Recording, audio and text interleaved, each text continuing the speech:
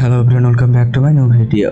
আজকে আমরা দেখতে চলেছি 2022 সালে মুক্তিপ্রাপ্ত দ্য কোয়েট গার্ল মুভির এক্সপ্লেনেশন। মুভি ডিরেক্টর হচ্ছে কলম বেয়ার। দারিদ্রতে বেড়ে ওঠা একটা বাচ্চা মেয়ে। মেয়েটির আশেপাশে অনেকেই থাকলেও সে কারোর সাথেই মিশত না। গ্রীষ্মের ছুটিতে মেয়েটিকে এক আত্মীয়র বাড়িতে রেখে আসা হয়। মেয়েটি ধীরে ধীরে মানুষদের সাথে মিশতে শুরু করে। মেয়েটি পরিবারে মানে বুঝতে পারে, তবে মেয়েটি এমন এক বন্ধনে আটকা পড়ে যা দেখলে আপনারও কান্না চলে আসবে। তো চলুন কথা না বাড়িয়ে শুরু করা যাক আজকের মুভির এক্সপ্লেনেশন।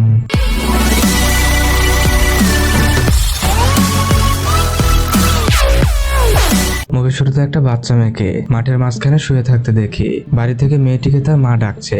মেয়েটির নাম কয়েট। কয়েট খুব ভয়ে ভয়ে বাড়িতে আসে এবং বিছানার নিচে লুকিয়ে পড়ে। তবে এটা তার মা দেখে ফেলে এবং বলে, তোমার জুতায় কাদা লেগে আছে, এটা এক্ষুনি পরিষ্কার করে ফেলো। কয়েটের মা 9 মাসের অন্তঃসত্ত্বা, এই জন্য তিনি খুব একটা কাজ করতে পারতো না। কয়েট তার বোনেদের সাথে বসে আছে, তবে কয়েট কোনো কথা বলছে না। সে বরাবরই চুপচাপই থাকে। তখনই কয়েটের বাবা সেখানে আসে। কয়েটের বোন বলে, বাবা, মা তো দুপুরে খাবার রান্না করেনি। কয়েটের বাবা বলে, তাহলে রুটি বা অন্য কিছু খেয়ে নাও। কয়েটের বাবার নাম ড্যান। পরের দিন কয়েট স্কুলে আসে। টিচার কয়েটকে পড়তে বলে।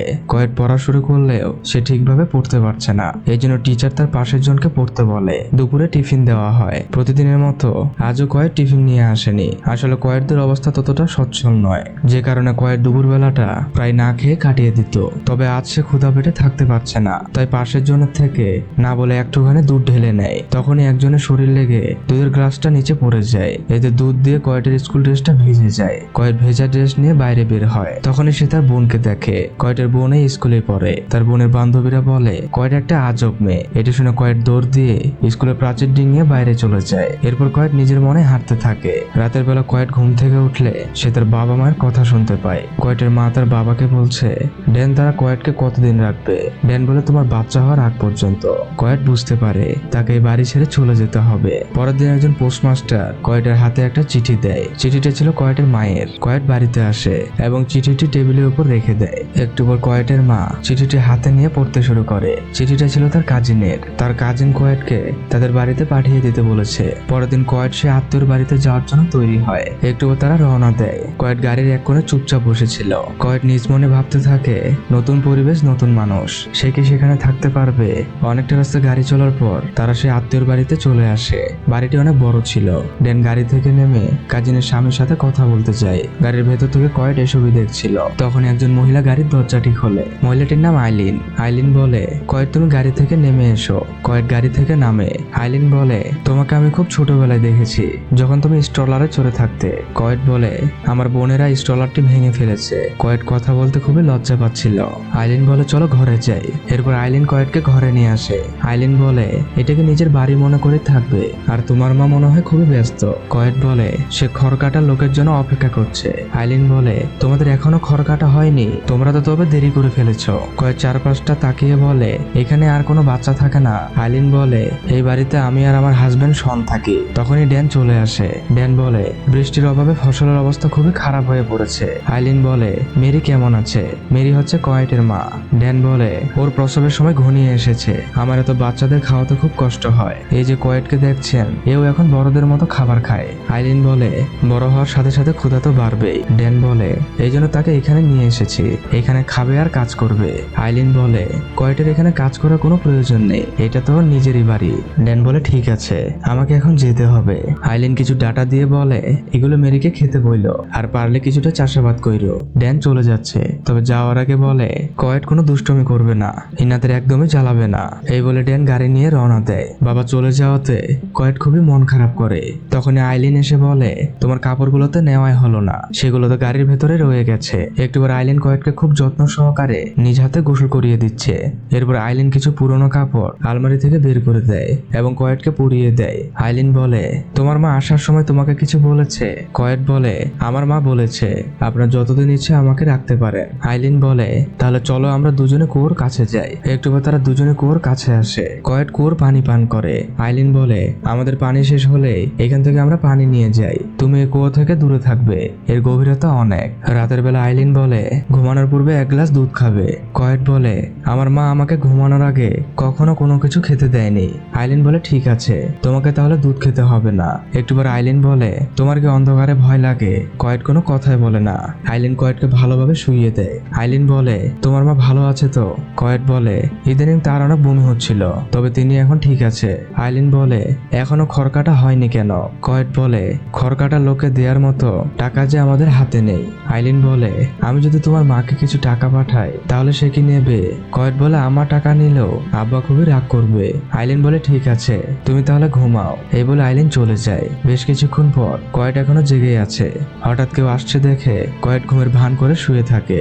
আইলিন আবার কয়েটের কাছে আসে এবং বলে তুমি যদি আমার মেয়ে হতে আমি তোমাকে কখনো এইভাবে অপরিচিত একজনের বাড়িতে রেখে আসতাম না। এটা বলে আইলিন চলে যায়। তবে আইলিনের প্রত্যেকটা কথায় কয়েট খুবই ভালোভাবে শুনতে পায়। পরের দিন আইলিন তার স্বামীকে বলে তুমি তো খামারে যাচ্ছ, তাহলে কয়েটকেও সেখানে নিয়ে যাও। শন বলে খামারে এখন কাজের চাপ আছে, অন্য কোনো সময় নিয়ে যাব। এই বলে শন খামারে চলে যায়। কয়েট কিছুটা মন খারাপ করে। আইলিন বলে তুমি মন খারাপ করো না, আর সারাদিনে আমরা অনেক কাজ করব। একটু তারা রান্না শুরু করে। এরপর আইলিন দেখিয়ে দেয় কিভাবে ধুলাবালি পরিষ্কার করবে। আইলিন কয়েটের চুল আঁচড়ে দেয়। আইলিন কয়েটকে তার সন্তানের মতো যত্ন নিচ্ছিল। আইলিন ফ্রিজে মাংস রাখার সময় কয়েট তাকে বলে এটা আবার কি? আমি জীবনে এমন কিছু দেখিনি। আইলিন বলে মাংসে যাতে পচন না ধরে তাই এখানে রাখছি, এর ভেতর বরফ আছে। এটা শুনে কয়েট বলে এর ভেতরটা পুরো স্বর্গের মতো। কয়েট এখন নিজেই কাজ করে। সে খুব তাড়াতাড়ি এই মানুষগুলোর সাথে মিশতে শুরু করেছে। একদিন তারা যখন খাবার খাচ্ছিল তখন একজন প্রতিবেশী ফোন করে। আইলিন ফোনটা ধরে। প্রতিবেশী বলে তার স্বামী খুবই অসুস্থ। আইলিন বলে ঠিক আছে, আমি এক্ষুনি তোমাদের বাড়িতে যাচ্ছি। একটু পর আইলিন গাড়ি নিয়ে বের হয়। যাওয়ার আগে বলে আমার ফিরতে দেরি হলে ফ্রিজে খাবার রাখা আছে, তোমরা কষ্ট করে খেয়ে নিও। এই বলে আইলিন চলে যায়। কয়েট শনকে বলে আমার মা বলেছিল সোয়েটার না পরলে নিউমোনিয়া হবে, তাহলে ওই লোকটাও কি সোয়েটার না পরার কারণে অসুস্থ হয়েছেন? শন বলে হতে পারে। কয়েট বলে আইলিন তাহলে সেখানে কেন গেল? শন বলে প্রতিবেশী অসুস্থ হয়েছে তাই দেখতে গেছে। কেন তোমরা কি প্রতিবেশীর বাড়ি যাও না? কয়েট বলে আমি জানি না। এরপর শন তার খামার পরিষ্কার করছে। পাশে দাঁড়িয়ে কয়েট এটা দেখছে। বাচ্চা একটা মেয়ে, তার কি এক জায়গায় থাকতে ভালো লাগে? কয়েট চুপচাপ সেখান থেকে বেরিয়ে পড়ে। একটু পর শন দেখে কয়েট এখানে নেই। শন পুরো খামার জুড়ে খুঁজতে থাকে এবং চিৎকার করে কয়েটকে ডাকতে থাকে। বৃদ্ধ এই মানুষটি বাচ্চাটির জন্য অস্থির হয়ে উঠেছে। খুঁজতে খুঁজতে শন কয়েটকে খুঁজে পায়। শন রাগান্বিত কণ্ঠে বলে এভাবে একা ঘোরাঘুরি করা যাবে না, আমার কথা কি তুমি বুঝতে পেরেছো? শনের কথা শুনে কয়েট দৌড়ে সেখান থেকে পালিয়ে যায়। একটু পর কয়েট আলু কাটছিল। পাশে শন বিস্কুট খাচ্ছিল। শন কয়েটের জন্য একটা বিস্কুট রেখে যায়। কয়েট বিস্কুটটা তার নিজের কাছে রেখে দেয়। পরবর্তীতে কয়েট আর শন পুরো খামারটাই পরিষ্কার করে। এরপর শন গরুর বাছুরকে দুধ খাওয়াচ্ছে। পাশে থেকে কয়েট বলছে এটা থেকে কিসের দুধ খাওয়াচ্ছ? শন বলে গুঁড়া দুধ খাওয়াচ্ছি। কয়েট বলে কেন ওর মায়ের দুধ খাওয়াচ্ছে না? শন বলে আমরা সে দুধ বিক্রি করি, তাছাড়া বাছুরটা তো জন্মের পর থেকে তার মায়ের দুধ পান করছে। শন ফিডারটা কয়েটের হাতে দেয়। কয়েট মনের আনন্দে বাছুরকে দুধ খাওয়াচ্ছে। পরের দিন শন বলে কয়েট তুমি কি দৌড়াতে পারো? কয়েট বলে হ্যাঁ পারি। শন বলে এই রাস্তার শেষে একটা বক্স আছে, সেখানে গিয়ে দেখো কোনো চিঠি এসেছে কিনা। কয়েট কথা মতো দৌড় শুরু করে। মুক্ত বাতাসে দৌড়াতে কয়েটের ভালো লাগছিল। কয়েট বক্স থেকে চিঠি নিয়ে আবারও ফিরে আসে। বিকেলে শন বলে আজ আমরা শহরে যাব, যাও তোমরা তৈরি হয়ে নাও। কিছুক্ষণ পর তারা শহরে আসে। শন কিছু টাকা কয়েটকে দিয়ে বলে এটা দিয়ে আইসক্রিম কিনে খেও। আইলিন বলে তুমি যে টাকা তাকে দিলে সেটা দিয়ে তো আইসক্রিমের ডজন পাওয়া যাবে। শন বলে কয়েটকে যদি একটু আদর দিয়ে বাদরি না বানাতে পারি তাহলে তাকে এখানে রেখে কি লাভ। এরপর তারা কয়েটকে বেশ কিছু নতুন কাপড় কিনে দেয়। কিছুক্ষণ পর তারা সেই প্রতিবেশীর বাড়িতে আসে এবং জানতে পারে অসুস্থ মানুষটি মারা গেছেন। এটা শুনে তারা বাড়িতে আসে। আইলিন বলে তুমি কি কখনো কফিনে মোড়ানো মৃত মানুষ দেখেছো? কয়েট বলে পত্রিকায় দেখেছি। আইলিন বলে সামনে থেকে দেখার ব্যাপারটাই আলাদা। একটু পর তারা মৃত ব্যক্তিটিকে দেখতে আসে। কয়েট ভয়ে ভয়ে মৃত ব্যক্তিটির কাছে আসে। সে খুবই ভয় পাচ্ছিল, তাই কয়েট শনের পাশে বসে। কয়েটের এখানে মোটেও ভালো লাগছে না। এটা দেখে উনা নামক একজন মহিলা বলে কয়েটের মনে হয় এখানে থাকতে ভালো লাগছে না, আমি কি তাকে কিছুক্ষণের জন্য আমার বাড়িতে নিয়ে যেতে পারি? আইলিন বলে অবশ্যই পারো। কিছুক্ষণ পর উনাও কয়েট রাস্তা দিয়ে হাঁটছে। উনা বলে তোমাকে শনেরা কেমন আদর যত্ন করে? কয়েট বলে, আমাকে তারা নিজের সন্তানের মতোই আদর করে। উনা বলে, আলমারিতে কি এখনো বাচ্চার কাপড়গুলো আছে? কয়েট বলে, কার বাচ্চা? উনা বলে, কেন তুমি কি আলমারিতে কোনো বাচ্চার কাপড় দেখোনি? কয়েট বলে, দেখেছি, সেই কাপড়গুলো তো বেশ কিছুদিন পরেছি, আজ শহরে গিয়ে আমার জন্য কাপড় কিনেছি। উনা বলে, তাহলে তো তুমি কিছুদিন মৃতের কাপড় পরেছিলে। এটা শুনে কয়েট থেমে যায়, তার পা যেন চলছিল না। কয়েট বলে, তাদের সন্তানের কি হয়েছিল? উনা বলে, তোমাকে তাহলে কথাটা তারা জানায়নি। তাদের একটা ছেলে ছিল, তোমার থেকে একটু বড়। একদিন তাদের ছেলে কুকুরকে তাড়া করতে গিয়ে গোবরের ট্যাঙ্কে পড়ে যায় এবং সেখানেই ডুবে মারা যায়। এটা শোনার পর কয়েটের ভয়ের থেকেও খুবই কষ্ট হচ্ছিল। কয়েট তখন বুঝতে পারে কেন তারা তাকে সন্তানের মতো আদর করত। ওনা তাদের বাড়িতে আসে, একটু শন কয়েটকে নিতে আসে। কয়েট সোজা গাড়িতে ওঠে। আইলিন বলে, ওনাকে তোমায় কিছু বলেছে? কয়েট কোনো কথাই বলে না। আইলিন কয়েটকে জোর করতে থাকে। কয়েট বলে, ওনা বলেছে আপনাদের একটা ছেলে ছিল যে কিনা গোবরের ট্যাঙ্কে পড়ে মারা গেছে। এটা শুনে আইলিন কাঁদতে শুরু করে। তারা বাড়িতে আসে। আইলিন কারোর সাথে কথা না বলে চুপচাপ তার ঘরে চলে যায়। শন বলে, কয়েট চলো তোমাকে একটা জায়গায় নিয়ে যাব। এরপর তারা সোজা সমুদ্রে পাড়ে আসে। শন বলে, এই পৃথিবীতে অদ্ভুত সব ঘটনা ঘটে থাকে, আজ তোমার সাথে অদ্ভুত ঘটনা ঘটেছে। আইলিন তোমাকে কোনো কিছুই জানায়নি, কারণ সে সবসময় অন্যদের মাঝে ভালোটা খুঁজে বেড়ায়। সে মনে করে কেউ তাকে কখনো হতাশ করবে না, কিন্তু কখনো কখনো মানুষ তাকে হতাশ করে। একটা কথা সবসময় মনে রাখবে, অনেক মানুষ মুখ ফুটে বলতে না পারার কারণে জীবনে অনেক কিছু থেকে বঞ্চিত হয়। এরপর তারা বাড়ি ফিরে আসছে। শন কয়েটের সোয়েটারটা লাগিয়ে দিচ্ছে যাতে ঠান্ডা না লাগে। এরপর থেকে এই দুজন মানুষ কয়েটকে আরো বেশি করে ভালোবাসতে শুরু করে। কয়েট জন্য এখানে এসে নিজেকে খুঁজে পেয়েছে। এত ভালোবাসা সে জীবনে কখনো অনুভব করেনি। একদিন শন বলে, কয়েট যাও চিঠি নিয়ে এসো।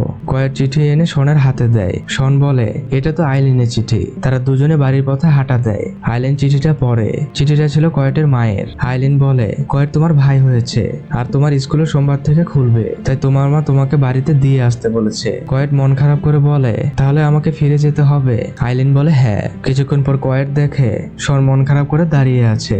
এটা দেখে কয়েটও খুবই মন খারাপ করে। কিছুদিনের ব্যবধানে সেও যে শনকে খুবই ভালোবেসে ফেলেছে। পরের দিন আইলিন কয়েটের সবকিছু গুছগাছ করে দেয়। এদিকে কয়েট গোসল করছে। একটু পর কয়েট তৈরি হয়ে রান্না করে আসে। আইলিন বলে, পানি তো শেষ হয়ে গেছে, তুমি চলে যাওয়ার পর আমাকে কুয়ো থেকে পানি আনতে হবে। তখনই শন এসে বলে, আমাদের গরুর বাছুর হচ্ছে, আমি একা সামলাতে পারছি না, তুমি তাড়াতাড়ি আসো। এটা শুনে আইলিন তাড়াতাড়ি খামারে চলে যায়। এই ফাঁকে কয়েট বালতি হাতে কুয়োর কাছে আসে। পানি ওঠানোর সময় কয়েট সামনের দিকে ঝুঁকে পড়ে। কিছুক্ষণ পর আইলিনের কয়েটের কথা মনে পড়ে।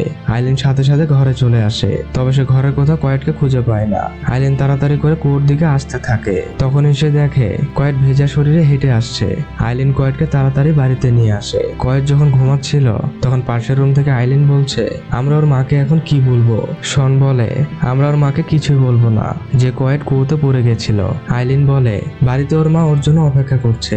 শন বলে, তাকে আরো 2-1 দিন আমাদের কাছে রাখলে সমস্যা কি? আইলিন বলে, আজ অনেক বড় দুর্ঘটনা ঘটতে পারত, তাই কালই তাকে বাড়িতে রেখে আসবো। পরের দিন তারা রওনা দেয়। কয়েটের মন যেতে চাইছে না, সে থেকে যেতে চায় এই গ্রামীণ পরিবেশে। বেশ কিছুক্ষণ পর কয়েট তাদের বাড়িতে আসে। কয়েট চুপি চুপি তাদের ঘরে ঢুকে।